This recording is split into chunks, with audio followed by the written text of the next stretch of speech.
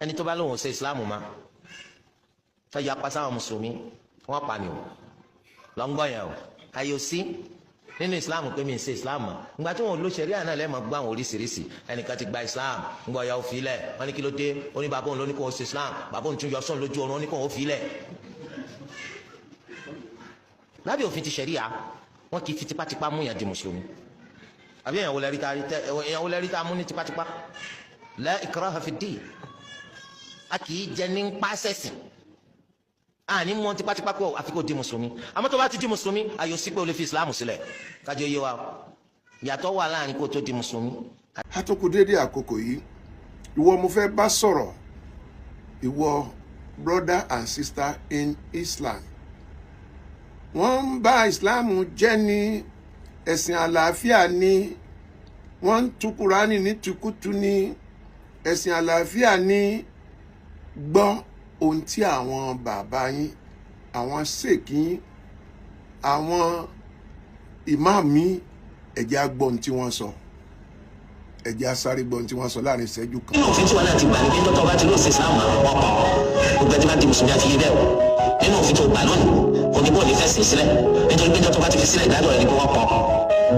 Ànábì sallallahu alaihi wasallam nínú hadith Abdullah bin Abbas radiyallahu anhuma lẹ́tí Imam Bukhari àtàwọn níbi dáadé Ànábì ní man qattala dinahu faqtuluhu ẹnikẹ́ni tó bá ti bá islam rẹ̀ dàbí mọ̀ sí máa ń pa òfin ọ̀gbọ́n. àyò sí láti sọ pé mo rí pé òpin mi mo ti sílẹ̀ bí ọba pé ọ̀bùn náà pé kọ́ wà láyé ọkàn ni òfin ṣẹ̀rí àná. làákàyè rẹ lè pé bóyá iyì rẹ lè sí báyìí inú mi dùn farabalẹ̀ gbọ́ ẹ̀kọ́ yìí dáadáa o bàbá yìí ó yànnà náà nígbà tí kò sí òfin sàríà tí wọ́n gbà wọ́n láàyè òfin sàríà lórí ọ̀fẹ́ ló fi ń jáde kúrò ní Islam tí òfin sàríà bá fi lè tó àwọn lọ́wọ́ kò sí ní tó ń jẹ́ bẹ́ẹ̀ ó jáde wọn á pa ẹni mú yẹn dání báyẹn ìdí tá a fi sọ pé say no to Sharia law ní Yorùbá. èkejì wọn kì í fi ipá mú yàn ṣe ẹ̀sìn mùsùlùmí fine òtítọ́ ni o bàbá yẹn ò kúrò o bọ̀ báwo ni wọ́n ṣe ń tìyàn wọnú ẹ̀sìn mùsùlùmí ẹ̀tàn irọ́ èké àbòsí ó ti wá wọbẹ̀ tán wọ́n fipá mú ẹ wọ́n tàn ẹ́ ni mo fẹ́ fi ẹsẹ̀ kùránì kan hẹ́ mo fẹ́ kí àwọn tó bá tó mọ̀ àtú kó bá mi tú ju bí wọ́n ṣe kọ́ síbi kùránì ẹ lọ mo fẹ́ sáré fi hẹ́ ẹsẹ̀ kùránì náà ni mo gbé sókè yìí Quran 354 Quran 354 bóyá kí n bóde ẹ̀ dáadáa kẹ́rì Quran 354 kí ni mo fẹ́ lò ń bẹ̀ Allah the best deceiver Quran 354 Allah the best deceiver mi ò mọ bá a ṣe lè tú ní Yorùbá Kùránì a ní Allah fúnra ẹ̀ ló kọ ló sọ̀kalẹ̀ gbà fún Ànábì Muhammad ẹni kọ ìwé fúnra ara rẹ̀ sì pe ara ẹ̀ ní ẹlẹ́tàn alábòsí tó ga jù tó dára jù láyé ẹlẹ́tàn tó dá the best deceiver mi ò mọ̀ bóyá tún lè tú dáadáa ju bí èmi ṣe rí tí mo ṣe rò lọ Quran 354 kìí sàdíso now àwọn ẹ̀tàn wọn là ń mú wá síwájú yín láti ẹjọ́ yìí tí wọ́n ń ṣépè tí wọ́n ń bèébú ẹ̀tàn ni o ìgbà táwọn ẹbí wà ń bì kan igi dìde ó wá pàdé rẹ̀ ẹ̀tàn ni o oríṣiríṣi nǹkan orúkọ ni wọ́n pe ànábì ọba ìlékè ọlá àwọ̀tẹ́lẹ̀ ọ̀rọ̀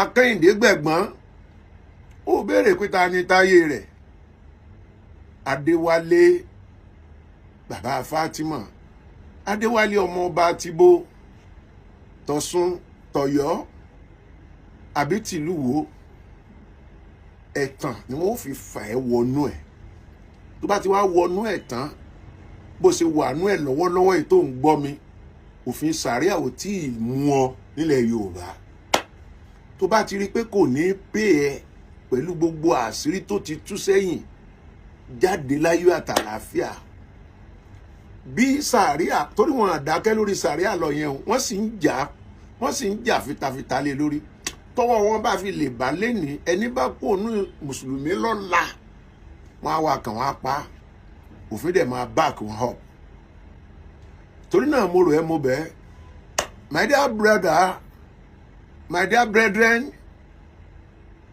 a Muslim ẹ̀yin àǹtí mi àti brọ́dà mi ní ìlànà mùsùlùmí ẹ̀yin ìsìlámù tòótọ́ so ti gbọ́rọ̀ lẹ́nu àfáwà náà kò ní pé islam kò wà láyé tó bá ti fi islam lẹ̀ but ẹ̀yin tí iye yín ti tẹ́ ti filẹ̀ ẹ̀yin free báyìí o toró fi sàríà kankan òde yín wọ́n fi pa mú ẹ láti wọ̀ ṣùgbọ́n ẹ̀tàn èké àbòsí òní wọn ò fi tàn ẹ́ wọbẹ̀ ẹ̀sìn àlàáfíà ló ń sọ̀rọ̀ wípé ẹ̀sìn wa ní ká pa ni àdìtì kan ní ká pa ni ànábì Muhammad ní ká pa ni ẹ̀sìn àlàáfíà tó ire o ẹ bá mi pín díẹ̀díẹ̀ làṣírí yẹn ọmọ tú ògo ni fọ́lọ́run lókè ọ̀run àti ní ayé àlàáfíà ìfẹ́ ẹnu rẹ̀ sí gbogbo ènìyàn pátápátá mo kí gbogbo ojú gbogbo ọkàn tó lórí ọ̀fẹ́ àti wùmí ní wákàtí àti àkókò yìí mo gbàdúrà pé ilé yín ò ní di ilé ẹkún ọ̀dẹ̀dẹ̀ yín ò ní dọ̀dẹ̀dẹ̀ òṣè gbàdúrà fún orílẹ̀-èdè Nàìjíríà àlàáfíà ó jọba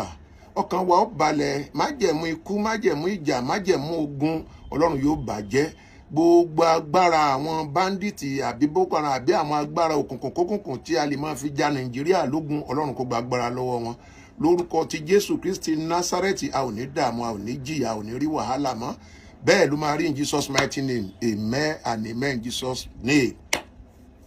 Akúdédé àkókò yìí tó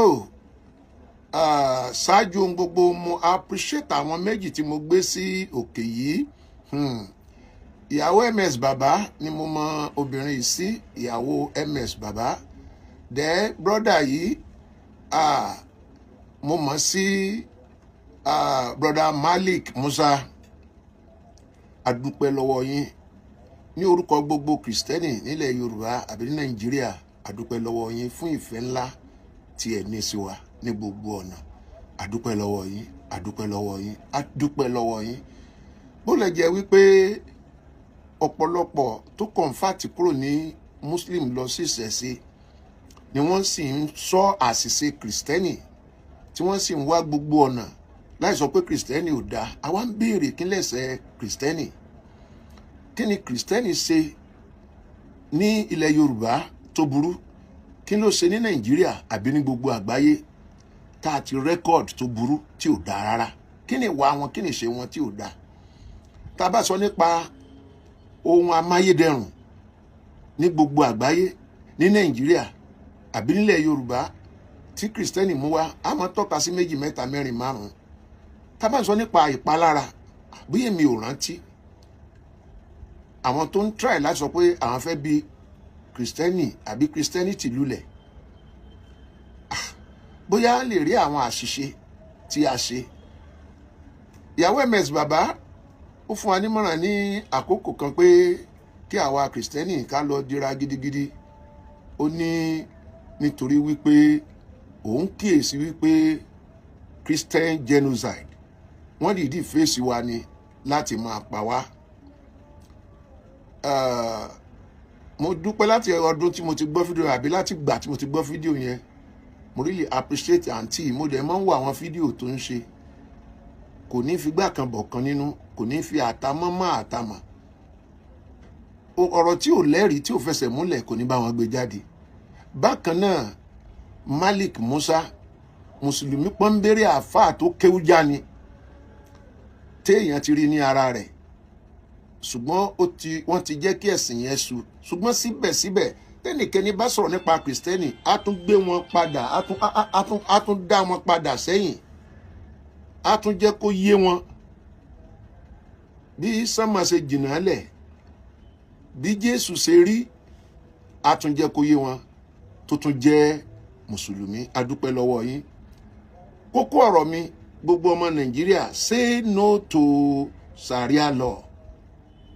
Say no to Sharia law. Say no to Sharia law. Lórúkọ Jésù yóò dára fún wa. Gbogbo ohun tí a ń pè ní Sharia, ẹ jẹ́ ká jìnnà sí.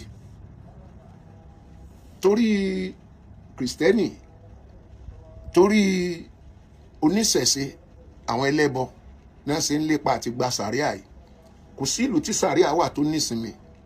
Kò sí ìlú tí Sharia wà tó ní ìfọ̀kànbalẹ̀. Àwọn tó wà north wọ́n ti ń kígbe àwọn ọ̀jọ̀gbọ́n wọn wípé kán wo bí tán ti ń lo Sharia, kán wo àwọn nǹkan tó ń ṣẹlẹ̀. Kò sí improvement, kò sí ìdàgbàsókè, kò sí nǹkan kan ju àwọn abirùn kan tọrọ bárà. Kò sọ́yé ẹni tó kàwé tó mọ̀wé tó yege, kò sí láàrin wọn. Oríṣiríṣiríṣi ni àwọn abirùn tí wọ́n lè rí lókè ọya. Pé kí láǹfààní Sharia táwọn ń lò láti 1999, bẹ́ẹ̀ ni àwọn tiwa ò sì dákẹ́, wọ́n ń sáré kiri láti gba Sharia lọ yìí. All right, kíní kan mo fẹ́ fi hàn wá tí mo fẹ́ kó yé gbogbo mùsùlùmí. Yorùbá Christian kọ́ ni ọ̀tá yín, Nigerian Christian kọ́ ni ọ̀tá yín. Ọ̀tá yín gangan tẹ́ máa kọjú ìjà sí òní Ọlọ́run tó dá ayé àtọ̀run. Gbogbo àgbáyé pátápátá, gbogbo àgbáyé pátápátá, I repeat, gbogbo àgbáyé pátápátá ni wọ́n ti rí àwọn irọ́, àbòsí, èké, àwọn oríṣiríṣi àwọn nǹkan tí ẹ ti bọ abẹ́ ẹ̀sìn tẹ́ sì fi ń pa ènìyàn. Wọ́n dẹ̀ ti fárígá pé àwọn ọ̀gbà. Ẹ jẹ́ kí n mú ẹ̀rí máa jẹ́ mi nsó kan wá fún wa. Ká sáré wò pé ọ̀rọ̀ mi ní ẹlẹ́rìí nínú. Ẹ jẹ́ n sáré gbé ẹ̀rí wá fún wa kí ẹ lè rí wípé ohun tí mò ń sọ, ọ̀rọ̀ mi ní ẹ̀rí nínú. Ní ìlú yìí, mùsùlùmí ni ààrẹ níbẹ̀. Ní àkókò kan bí oṣù mélòó sẹ́yìn, àwọn mùsùlùmí lọ ń kírun láàrin títì. Wọ́n blọ́ọ̀kù títì bí wọ́n ṣe máa ń ṣe Nàìjíríà ní gbogbo ọjọ́ Jímọ̀ àbí nínú ọdún. Ọ̀gbẹ́ni ti wọ́ọ̀nù wọn ìgbà tó máa wọlé, Ibrahim Traoré, ìgbà tó máa wọlé wọ́n fẹ́ fi mọ́sálásí deceive ẹ̀, ó lóun ò fẹ́. Ó ti mọ̀ wá wọn, mùsùlùmí lòun náà o, kò ń ṣe kìrìsìtẹ́nì o. Ó lóun ò fẹ́. Now ó mú ṣéèkì wọn nígbà yẹn. Àwọn kan bẹ̀rẹ̀ sí ní máa wọ́de, ó ní kán lọ kó wọn, kán káṣọ wọ̀ wọ́n lọ́rùn, kán lọ fèsì ogun bí wọ́n bá fẹ́ jagun. Lẹ́nìí ní kúkúrú, ẹ jẹ́ á gbọ́ ohun tó sọ nípa òfin Sharia. Everyone is a creature of God. And if you think you are truly religious, you must love the other creatures of God. Because you did not give life to anyone. You cannot create a human being. It is God who created all of us. You do not have the ability to create a human being, and yet you want to kill someone just because they do not follow you in your life. Why? But ask yourself the right question. Are we cursed? But if you look at the history of Christianity,